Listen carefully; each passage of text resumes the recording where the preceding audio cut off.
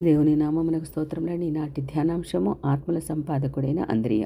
నిన్నటి దినమున ఆత్మల సంపాదకుడైన బాప్తిస్మం ఇచ్చి యోహాను గురించి కొన్ని ఆధ్యాత్మికమైన విషయాలు దేవుడు నేర్పించినందుకు వేలాది స్తోత్రములండి. ఈ దినమున అంద్రియ ఏ విధంగా సువార్త ప్రకటన చేశాడు యోహాను సువార్త 1 అధ్యాయము 29-42 వచనములలో మనం గమనించగలమండి. కీ పాయింట్గా లూకా సువార్త 5వ అధ్యాయం 6వ వచనంలో మారు మనసు విషయమే బాప్తిస్మం పొందవలెను. ప్రభు మార్గం సిద్ధపరచుడి, ఆయన త్రోవలను సరళపరచుడి. అంద్రియ పేరు క్రొత్త నిబంధనలో కొన్ని పర్యాయాలకు మాత్రమే కనిపిస్తుందండి. అయితే ప్రతి సందర్భంలోనూ అతడు ఇతరులను ప్రభువుకు పరిచయం చేయడం గమనించగలం.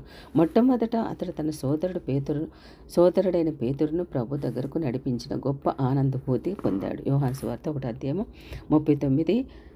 39-42 వచనంలండి. తర్వాత 5 రొట్టెలు 2 చేపలు ఉన్న బాలుడిని ప్రభుకు పరిచయం చేశాడు. యోహాను సువార్త 6 అధ్యాయము 8-9 వచనంలో. చివరిగా గ్రీకులను క్రీస్తుకు పరిచయం చేశాడు. యోహాను సువార్త 12 అధ్యాయం 22 వచనములలో.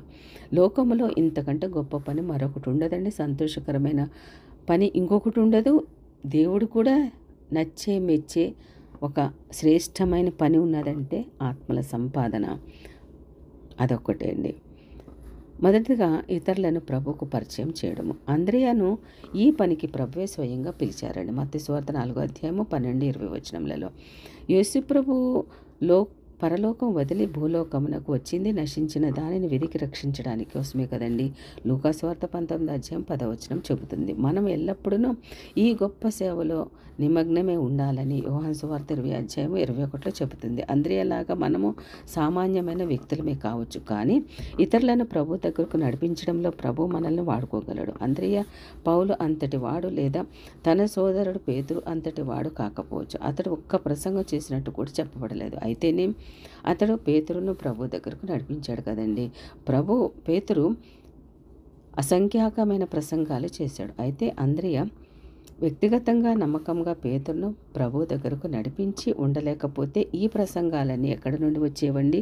సార్థక ఆత్మల సంపాదకుడి అంద్రియ చక్కటి ఉదాహరణ. ఈ పాఠంలో 3 విషయాలు మనం గమనించగలమండి. మొట్టమొదటిగా ఆత్మల సంపాదకుడైన పని. ఆత్మల సంపాదకుడి పని ఏమనగా 41వ వచనంలో మనం గమనించగలిగితే అంద్రియ మొదట తన సహోదరుడైన సీమోనును చూచి, ఈ వాక్యంలోని ప్రతి పదము చాలా ముఖ్యమైనదండి. ఏమనగా మొదట తన సహోదరుడైన సీమోనును చూచి. మొదట అనే పదం గమనించగలిగితే అతడు ప్రభువును నమ్మిన తర్వాత అనేక మందిని ప్రభు చెంతకు నడిపించడము ఎలాంటి సందేహం లేదు. అయితే అతడి మొట్టమొదట తలంపు తన సొంత సోదరుడైన పేతురు వైపుకి మళ్ళింది.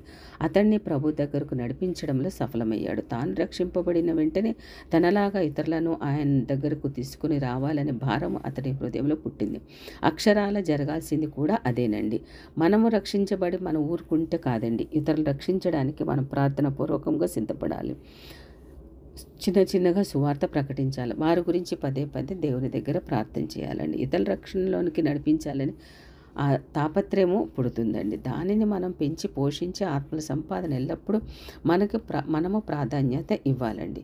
రెండవదిగా కనుగొనడం. ఆ మాటలు అనే పదం మనం గమనించగలిగితే పేతురు కోసం అంద్రియ ఎంత దూరం వెతికాడో మనకు తెలియదు, కానీ ప్రభు మనల్ని వెతకమన్న వారు నశించి ఉన్నారు. అందువలన వారిని వెతకాలి. లూకా సువార్త 15 అధ్యాయం 46 వచనం గమనిస్తే మనం చుట్టూ క్రీస్తు లేకుండా ఉన్నవారు నశించి ఉన్నారని గమనించగలగాలండి. ఈ వాస్తవికత మన హృదయములపై బలంగా పనిచేస్తే వెంటనే నశించిన వారిని రక్షింపగలిగినట్లుగా ఏకైక రక్షకుణ్ణి వారికి పరిచయం చేయడము మన ప్రథమ కర్తవ్యంగా పెట్టుకుంటాం. అపోస్తలుల కార్యములు 4 అధ్యాయం 12వ వచనం ప్రకారం.